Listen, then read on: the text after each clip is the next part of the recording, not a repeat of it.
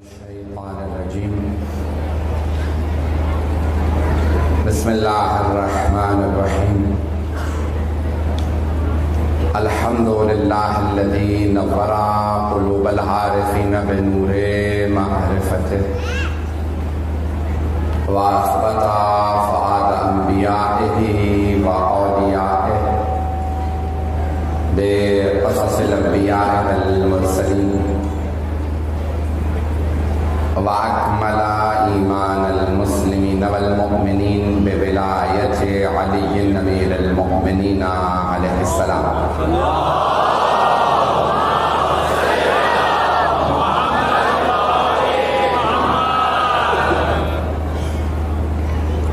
والصلاة والسلام والتحية والإكرام على أفضل الموجودات العبد المؤيد والرسول المسدد المصطفى الأمجد المحمود الأحمد أعني أبا القاسم محمد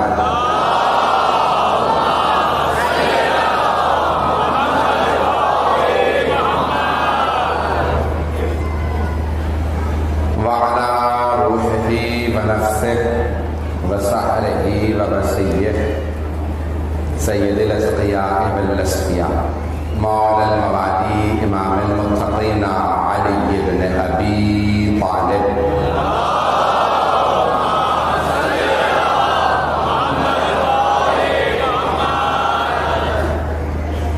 وعلى اوصيائه لا سيما بقيه الله في الارضين روحي وارواح العالمين لتراب مقدمه الفداء واللعنة الدائمة على أعدائهم أجمعين من الآن إلى قيام يوم الدين أما بعد فقد قال الله الحكيم في كتابه الكريم بسم الله الرحمن الرحيم الحمد لله رب العالمين الرحمن الرحيم مالك يوم الدين إياك نعبد وإياك نستعين اهدنا الصراط المستقيم صراط الذين أنعمت عليهم غير المغضوب عليهم ولا الضالين صدق الله العلي العظيم الصلاة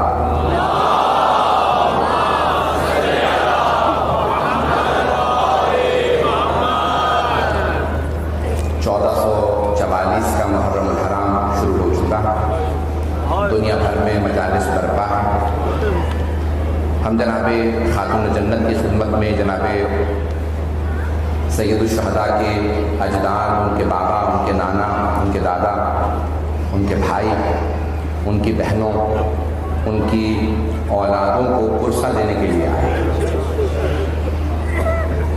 میں نے اس عشرے کا موضوع ام الکتاب انتخاب کیا اور قرآن کریم نے سورہ فاتحہ کو ام الکتاب کہا ہے اس عشرے میں سورہ فاتحہ کی تفسیر آپ کی خدمت میں پیش کروں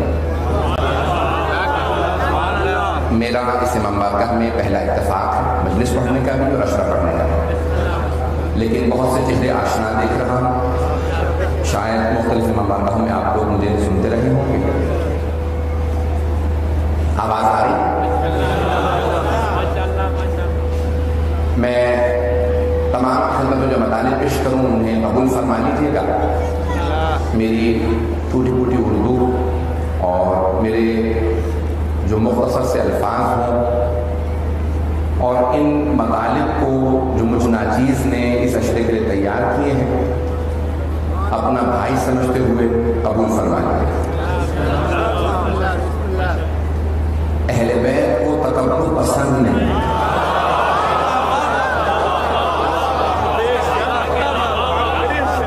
کبریائی صرف اللہ کو زیب دیتے ہیں اللہ کے ناموں میں سے ایک نام ہے المتکبر تکبر کرنے والا قرآن کے دو الفاظ ہیں ایک ہے تکبر دوسرا استکبار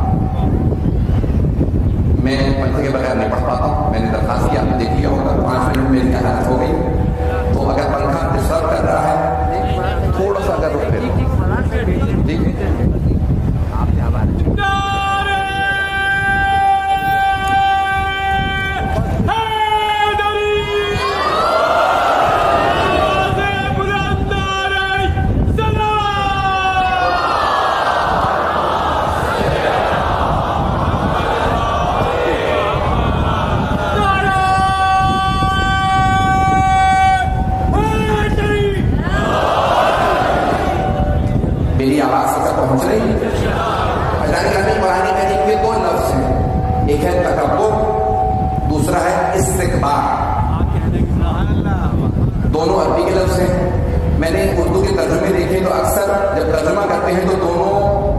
کا ایک ہی ترجمہ کر دیتے ہیں، تکبر، جبکہ عربی میں دونوں الگ الگ لفظ ہیں، دونوں کے الگ الگ معنی ہیں۔ شاید آپ کے لیے نیا ہو، اگر دل کو لگے تو ساتھ دیجیے گا۔ تو اللہ نے تکبر بھی استعمال کیا، لیکن جب شیطان کی باری آئی تو اللہ نے نہیں کہا کہ تکبر، اس نے تکبر کیا۔ اللہ نے فرمایا قرآن میں ابا واستکبر، اس نے استکبار کیا۔ کچھ لوگ پہنچ گئے، مجھے سارے کرنے کی توجہ چاہیے۔ تو اللہ نے جب اپنا کہا تو کہا المتکبر، میں تکبر کرنے والا۔ بہت سو کے لیے جب کہا، جیسے فرعون کے لیے کہا تو اس نے تکبر کیا، جب شیطان کی باری آئی تو کہا استکبر، اس نے استکبار کیا۔ تکبر اور استکبار میں فرق یہ ہے، تکبر جب کچھ ہو،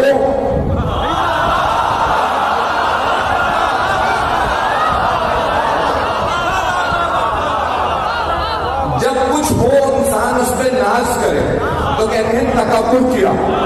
کچھ ہو، کسی کے پاس دولت ہے، دولت پہ ناز کرے تو تکبر ہے۔ کسی کے پاس شہرت ہو، شہرت پہ ناز کرے تکبر ہے۔ کوئی خوبصورت ہو، خوبصورتی پہ ناز کرے۔ کچھ ہو اور ناز کرے تو تکبر، اور کچھ نہ ہو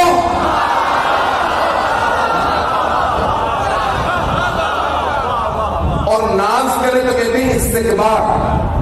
اللہ نے جب شیطان کا تذکرہ کیا تو اللہ نے فرمایا ابا واستکبر، اس نے سجدے کا انکار کیا اور استکبار کیا، تکبر نہیں کیا۔ اب پتا چلا جو اللہ کے بنائے ہوئے کے مقابلے میں آتا وہ تکبر نہیں کرتا، استکبار کرتا ہے۔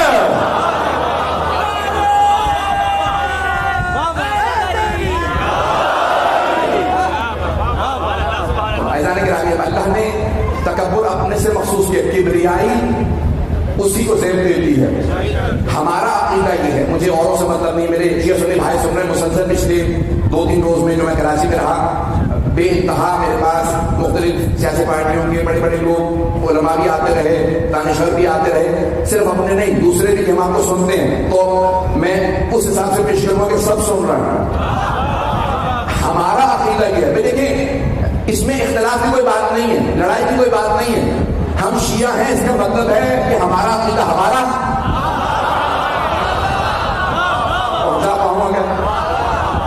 مختلف ہے تو ہم شیعہ ہیں نا، اور ہم اپنا عقیدہ بتا رہے ہیں۔ ہمارا عقیدہ یہ ہے کہ محمد و آل محمد سے افضل کوئی نہیں۔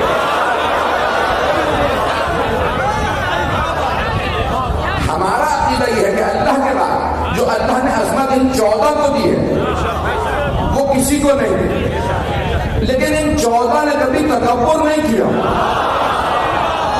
پہنچ گئے میرے بھائی، ان 14 نے کبھی تکبر نہیں کیا، ان کی عظمت سے زیادہ کسی کی عظمت نہیں۔ دیکھیں امت کا آل محمد سے کوئی مقایسہ ہی نہیں ہے۔ لا یقاسر بنا احد، خود مولا کا فرمان ہے کہ امت رسول خدا میں ہم اہل بیت سے کسی کا کوئی مقایسہ نہیں، کوئی مقابلہ نہیں۔ جو میرے بچے میرے بھائی ابھی نہیں پہنچے ہیں، میں اپنے بچوں کے لیے پیش کر رہا ہوں کہ عزیزان گرامی یہاں آپ نے کتنا چراغا کر رکھا ہے، کتنی لائٹنگ کی ہے۔ اگر یہ کوئی آدمی یہاں سے چراغ نکالے، بلب نکالے اور سورج کے سامنے پیش کرنے لگے اور باقی بچوں سے پوچھے بتاؤ روشنی کس کی زیادہ ہے، تو شاید کوئی بچہ کہہ دے عقل ہے، سورج سے بلب کا مقابلہ۔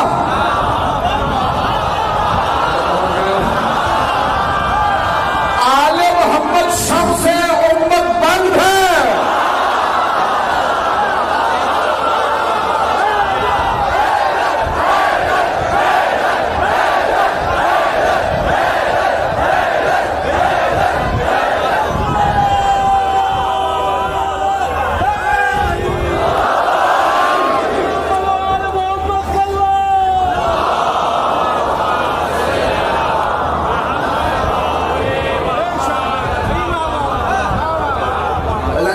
تکبر اللہ کو پسند نہیں۔ جناب سرور کائنات نے کبھی تکبر نہیں کیا، حتیٰ یہاں تک فرمایا نا جب آپ نے کہ بنی آدم میں سب سے افضل میں ہوں، تو اس کے فوراً آ کر بلا فخر، لیکن اس میں ناز نہیں کرتا، اور اس لیے رہا ہوں کہ یہ اللہ نے مجھے نعمت دی ہے۔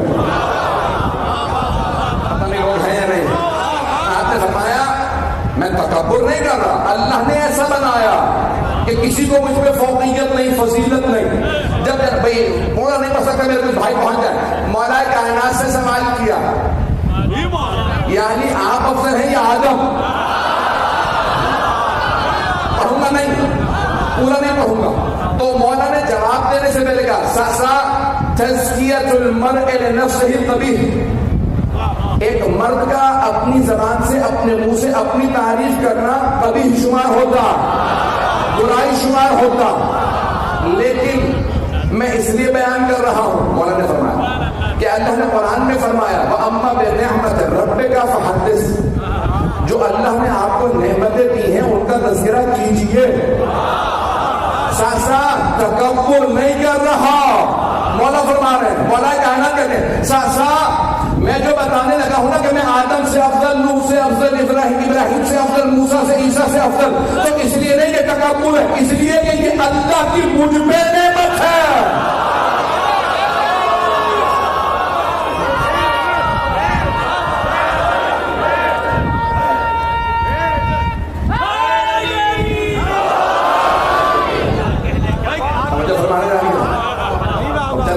سورہ فاتحہ کی تفسیر کو پیش کرنا، ایک ایک آیت کو الگ الگ چاہ رہا ہوں کہ پیش کروں گا آنے والے دنوں کے اندر. تو سورہ فاتحہ، فاتحۃ الکتاب، مجھے صرف سورہ فاتحہ کی 7 آیات ہیں، 7 آیات ہیں. ہفتے کے دن بھی 7 ہیں. اللہ نے قرآن میں بتایا 7 سماوات، آسمانوں کی تعداد بھی 7 ہے. جب حج پہ جائیں گے نا تو کعبے کے طواف کے 7 چکر ہیں. صفا مروہ کے درمیان جب سعی کریں گے تو 7 چکر ہیں. 3 شیطانوں کو مینا میں جب کنکریاں ماریں گے تو 7 کنکریاں ماریں گے. اگر پہنچ رہے ہوں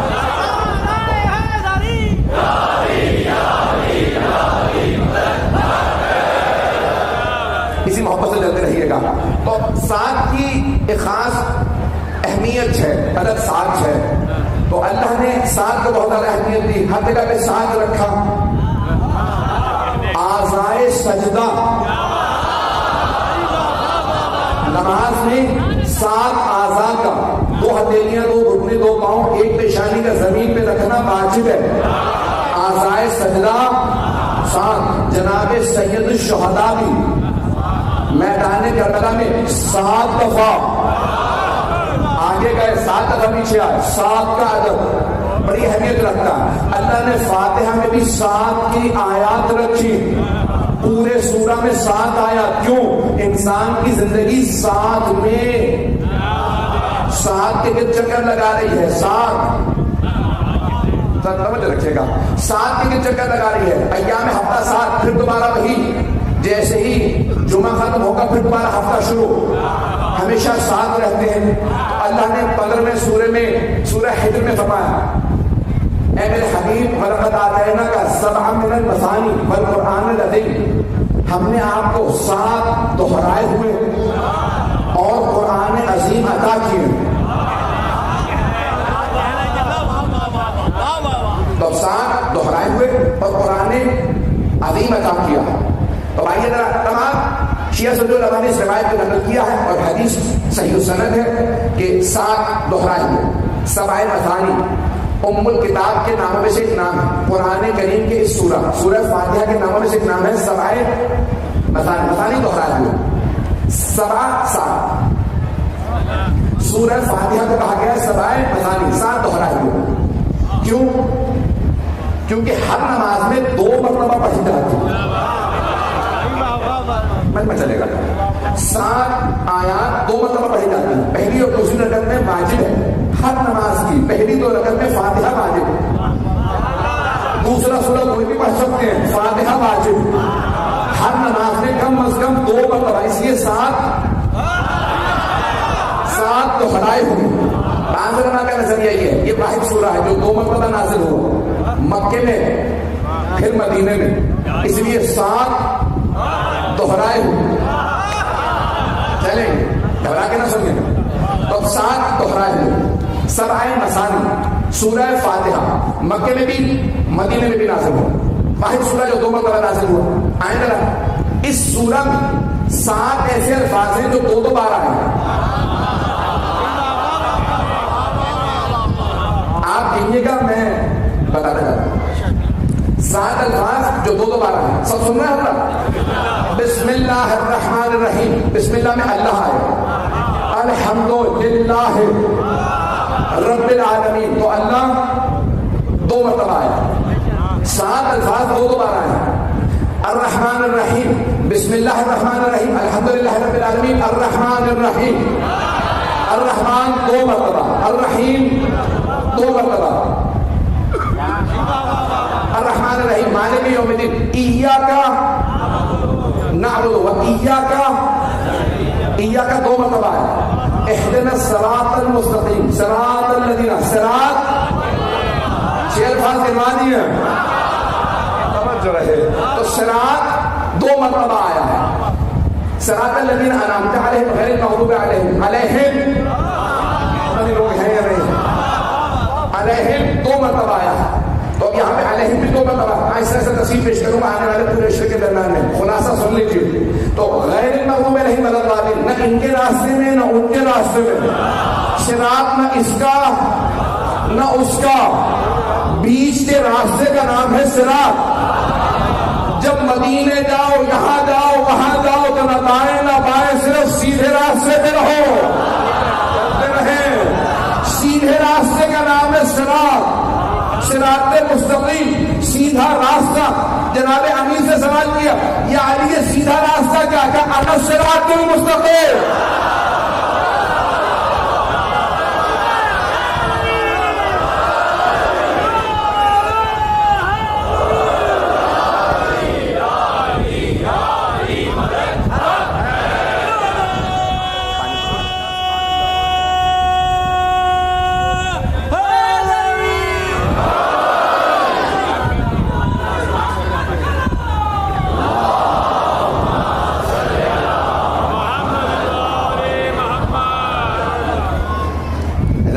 یہ 7 دوہرا ہے.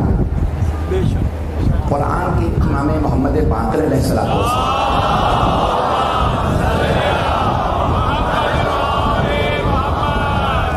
فرماتے ہیں کہ اللہ نے قرآن میں ایک ظاہر رکھا ہے اور ایک باطن. پھر آپ فرماتے ہیں کہ اتنی محنت کرتے ہو تو ایک ظاہر پہ پہنچتے ہو,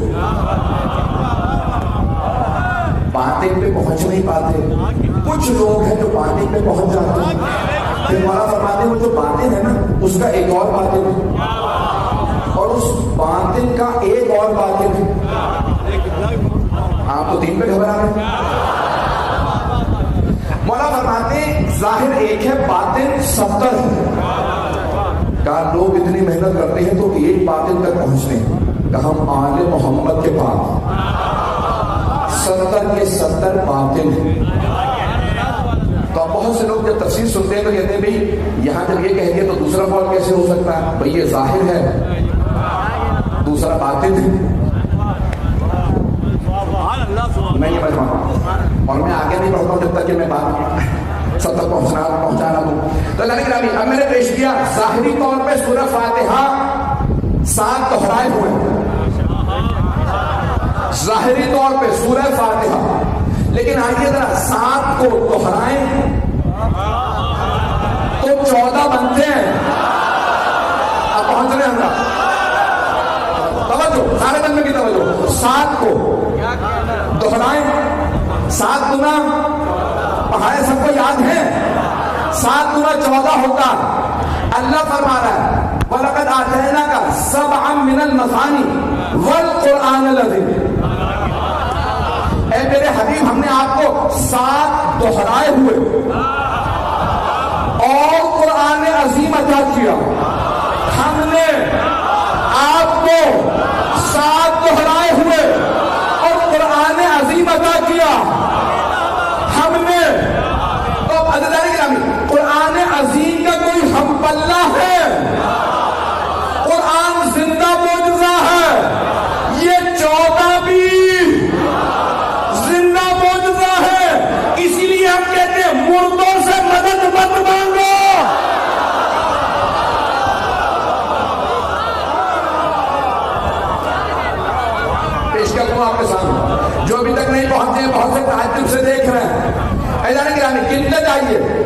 سناتا ہوں، چہردہ معصومین کے نام 7 نام ہیں جو دہرائے گئے ہیں، اور کیا 7 نام ہیں جو دہرائے گئے ہیں، 14 میں گنوا رہا ہوں، 14 کو گنیے، محمد صلی اللہ علیہ وسلم تو رسول خدا، 5ویں امام، 9ویں امام، 12ویں امام دہرائے ہوئے ہیں۔ میں نے ایک نام گنا، دوسرا نام علی، پہلے امام، چوتھے امام، 8ویں امام، 10ویں امام، 2 ہو گئے۔ فاطمہ 1 ہے، حسن 2، حسن مصطفیٰ، حسن عسکری، دوسرے امام 11ویں امام، پھر 1 حسین ہے، 2 اور ہونے چاہیے تاکہ 7 پورے ہو جائیں۔ ایک ہے جعفر، ایک ہے موسیٰ، 7 دہرائے ہوئے 14 ہے۔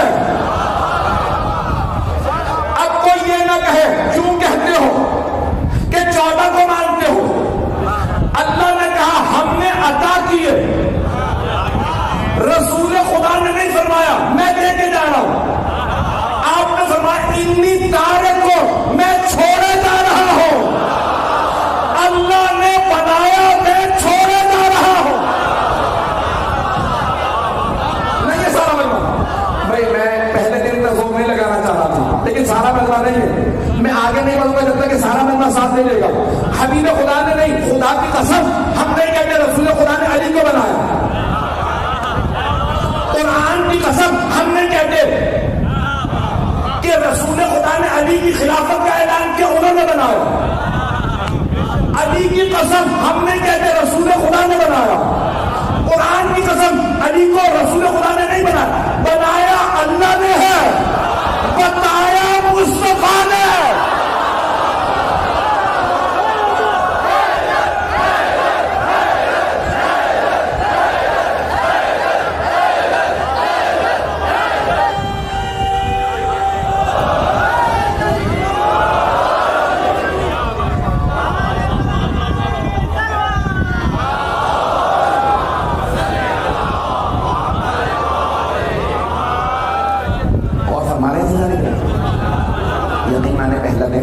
کوشش کر رہا ہوں کہ اللہ استعمال نہ کروں، 7 دہرائے ہوئے ہیں۔ تو عزیزان گرامی آج تک قرآن باقی ہے اور اللہ کا زندہ معجزہ قرآن آج تک باقی ہے، اور تمام مسلمان مانتے ہیں قیامت تک کے لیے رسول خدا کی رسالت کا زندہ معجزہ قرآن ہے۔ اعجاز قرآن پیش کر رہا ہوں، مجھے آج اعجاز پیش کرنا تھا، مکمل اگر کر پایا نہیں تو کل مکمل کر لوں۔ تو قرآن زندہ معجزہ ہے، اعجاز ہے، معجزہ ہے، عربی کے الفاظ ہم اردو میں استعمال کر رہے ہیں۔ قرآن زندہ معجزہ کس کا؟ رسول خدا کی رسالت کا۔ تمام انبیاء کے معجزہ ان کے جانے کے بعد چلے گئے، ختم ہو گئے، کیونکہ ان سب کی رسالت نبوت محدود مدت کے لیے تھی۔ رسول خدا کی رسالت قیامت تک کے لیے ہے، تو ان کی رسالت کے گواہ قیامت تک کے لیے باقی رہنے چاہیے۔ میں بولنا نہیں چاہ رہا، موضوع وقت ہے، ٹائم ہے، چل میں پیش کر دیتا ہوں۔ تو ہر نبی کی جیسی ضرورت تھی، جیسے زمانے کا تقاضا تھا، ویسے معجزہ۔ جناب موسیٰ کے زمانے میں سحر کا زور تھا، جادو کا زور تھا، تو اللہ نے انہیں 2 معجزات کیے، ید بیضا، جیب میں ہاتھ ڈال کے نکالتے تھے، اس سے نور نکلتا تھا۔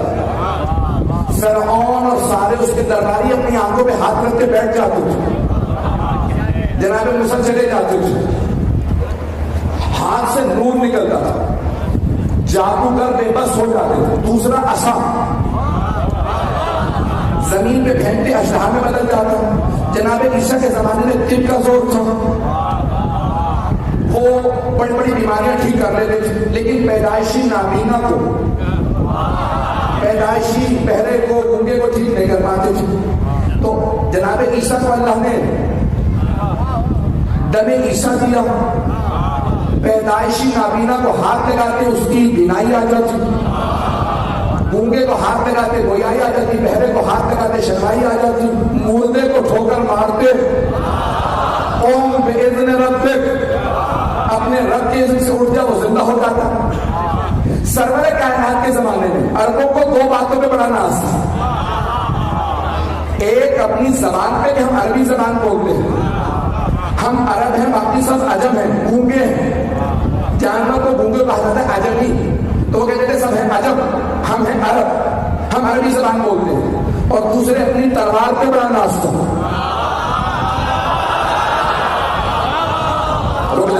تو تلوار پہ بڑا ناز تھا، چھوٹی چھوٹی باتوں میں لڑائی ہوتی، نسلوں میں کچھ تو کچھ سال کرتا رہتا۔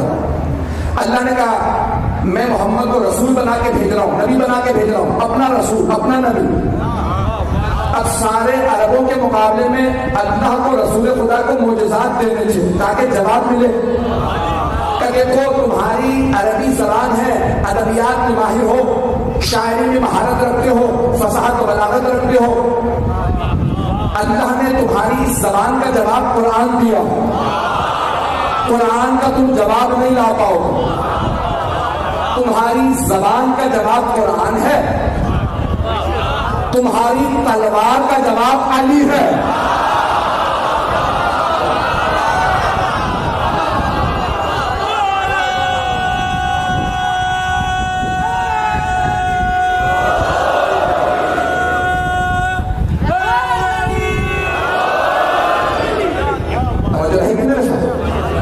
نسلوں کے اندر یہ کچھ تو کچھ نہ رہتا تھا، جس طرح قرآن کا کوئی جواب نہیں ویسے ہی مولا کائنات کا کوئی جواب نہیں۔ آئیے ذرا قرآن سے حوالہ پیش کر دوں تاکہ سب اس بات کو اپنے بچے سب ذہن میں رکھیں گے۔ تو اللہ نے فرمایا کہ ہم دو طرح کی نشانیاں بھیجیں گے، سنریہم آیاتنا، سورہ فصلت سے پیش کرا، سنریہم آیاتنا فی الآفاق وفی انفسہم حتی یتبین لہم انہ الحق۔ ہم نے دو طرح کی نشانیاں بھیجیں گے، ایک آفاق میں آفاقی نشانیاں، سورج چاند ستارے یہ سب آفاقی نشانیاں، اور دوسرے ان کے اپنے نفسوں انفسی نشانیاں۔ تو دو طرح کی نشانیاں، ایک خاموش نشانی، دوسرے بولتی ہوئی نشانی۔ خاموش نشانی بولتی نہیں لیکن نشانی ہے، سورج بولتا نہیں لیکن بتاتا میرا کوئی خالق ہے، چاند بولتا نہیں لیکن بتاتا میرا کوئی خالق ہے، یہ ستارے بولتے نہیں لیکن بتاتا میرا کوئی خالق ہے، قرآن بولتا نہیں لیکن بتاتا ہے میرا خالق ایسا ہے کہ معجزہ بھیجتا ہے کوئی جواب نہیں لا سکتا۔ تھوڑی سی توجہ کر لیں گے۔ تو دوسری نشانی بولتی ہوئی نشانی، انفسی نشانی۔ اب اللہ نے تمام انبیاء کو ایسی نشانیاں دی ہیں، رسول خدا کی بھی رسالت کی دو نشانیاں، خاموش قرآن، بولتے ہوئے علی ابن ابی طالب۔ جناب امین نے بول کے بتایا رسول خدا اللہ کے رسول۔ اب جناب امین کی بھی دو نشانیاں ہونی چاہیے، خاموش قرآن ہے، بولتے ہوئے حسن مجتبیٰ، امام حسن مجتبیٰ کی امامت کی بھی دو نشانیاں ہونی چاہیے، خاموش دوبارہ قرآن، بولتے ہوئے امام حسین علیہ السلام، امام حسین کی امامت کی بھی دو نشانیاں ہونی چاہیے، خاموش دوبارہ قرآن، بولتے ہوئے امام سجاد علیہ السلام، امام سجاد کی امامت کی بھی دو نشانیاں ہونی چاہیے، خاموش دوبارہ قرآن، بولتے ہوئے امام باقر علیہ السلام۔ میں نے 12 اماموں کے نام لے دوں تاکہ ہمارے بھائیوں کو نام یاد ہو جائے، شیعہ بچے بچے کو یاد ہے، تبرکاً پہلی مجلس میں 12 اماموں کے نام سنا دو۔ تو 5ویں امام کی امامت کی بھی دو دلیلیں، خاموش قرآن، بولتے ہوئے امام صادق علیہ السلام، امام جعفر صادق علیہ السلام کی امامت کی بھی دو دلیلیں ہونی چاہیے، خاموش دوبارہ قرآن، بولتے ہوئے امام موسیٰ کاظم علیہ السلام، امام موسیٰ کاظم علیہ السلام کی امامت کی بھی دو نشانیاں، خاموش دوبارہ قرآن، بولتے ہوئے امام رضا علیہ السلام، امام علی بن موسیٰ رضا علیہ السلام کی امامت کی دو نشانیاں، خاموش دوبارہ حسن عسکری علیہ السلام کی امامت کی دو نشانیاں، خاموش دوبارہ قرآن، بولتے ہوئے امام زمانہ علیہ السلام، امام مہدی علیہ السلام کی امامت کی بھی دو نشانیاں ہونی چاہیے، خاموش دوبارہ قرآن۔ اب پتہ چلا اللہ نے عیسیٰ کو آسمان پہ کیوں اٹھایا تھا؟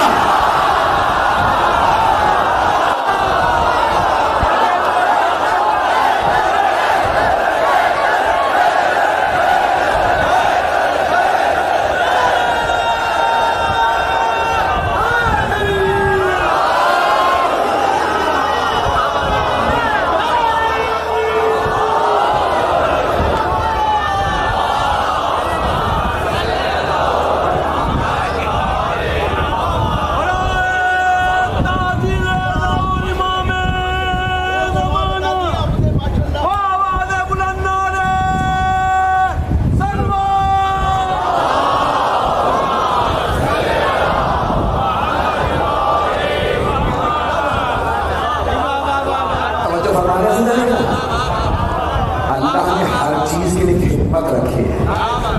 حضرت عیسیٰ کو اس لیے اٹھایا, دنیا کی آبادی اب 8 ارب ہونے والی, 8 ارب, 2 ارب مسلمان ہیں, 2.5 ارب عیسائی ہیں. مسلمانوں سے اگر کوئی 3 تعداد میں آبادی میں زیادہ نا, وہ عیسائی. سارے مسلمان حضرت امام زمانہ کے ظہور پہ انہیں مانے نہ مانے, حضرت عیسیٰ کے آنے پہ مسلمانوں عیسائی سب انہیں مان لیں گے. اب رسول خدا کی حدیث سنیے, شیعہ سنیے, دونوں کتابوں میں موجود ہے. صحابہ کا مجمع تھا, پیغمبر نے فرمایا میرا بیٹا مہدی ظہور کرے گا مکے سے ظہور کر کے کربلا جائے گا, پھر فلسطین. جب بیت المقدس میں میرا بیٹا پہنچے گا تو اللہ عیسیٰ کو نازل کرے گا. جب حضرت عیسیٰ نازل ہوں گے تو نماز کا وقت ہو جائے گا. امام زمانہ کہیں گے چچا نماز کا وقت ہے, پڑھائیے. جناب عیسیٰ کہیں گے آپ کے ہوتے ہوئے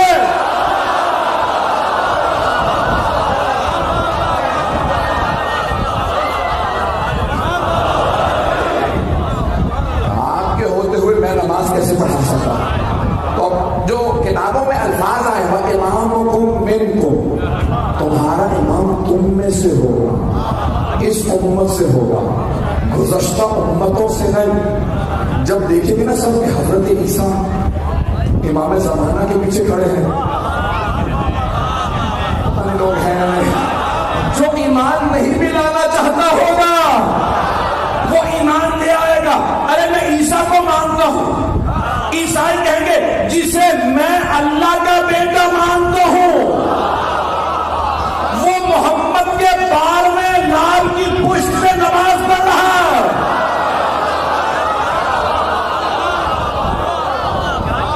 ایک مرتبہ سارے عیسائی حضرت عیسیٰ کی خاطر 12ویں امام پہ ایمان لے آئے, اور جو تعصب نہیں رکھتا ہوگا, میں نے نام نہیں لیا, وہ بھی صاحب زمان پہ اس وقت ایمان لے آئے. اللہ نے ہر چیز کے لیے دلیل رکھی. قرآن زندہ معجزہ ہے. آخری بس وقت تمام ہو گیا, ایک آخری پہلو پیش کر دوں. یہ قرآن زندہ معجزہ ہے. قرآن قیامت تک کے لیے باقی ہے. قرآن میراث ہے. قرآن میراث ہے, اہل بیت وارث ہے. اگر میراث قیامت تک کے لیے باقی ہے تو پھر مانو نا پردہ غیب میں کوئی وارث بھی باقی ہے. وارث کون ہوتا؟ کیونکہ آپ لوگوں نے سب نے نہیں, مجھے دادی سب نہیں بولنے کی اسی پیش کر رہا ہوں. میں نے مکمل کر دیا تھا موضوع, میں بات پہنچا نہیں پایا ہوں. جب تک سب تک نہ پہنچا دوں میں آگے نہیں بڑھتا, مکمل نہیں کروں گا. اسی پہ ختم کر رہا ہوں, تھوڑی سی توجہ کر لیجیے گا. عزیزان کرام, قرآن میراث ہے, اہل بیت وارث ہے. امت میں کوئی حق نہیں رکھتا کہ میں وارث قرآن ہوں. امت میں حافظ قرآن تو ہو سکتے ہیں,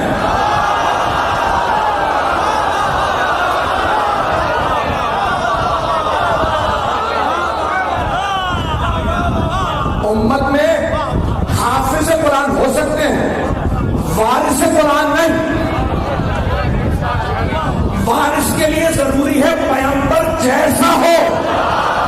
شاید اسی لیے کچھ لوگوں کو بدہاضمہ ہو گیا, محمد ہم جیسے.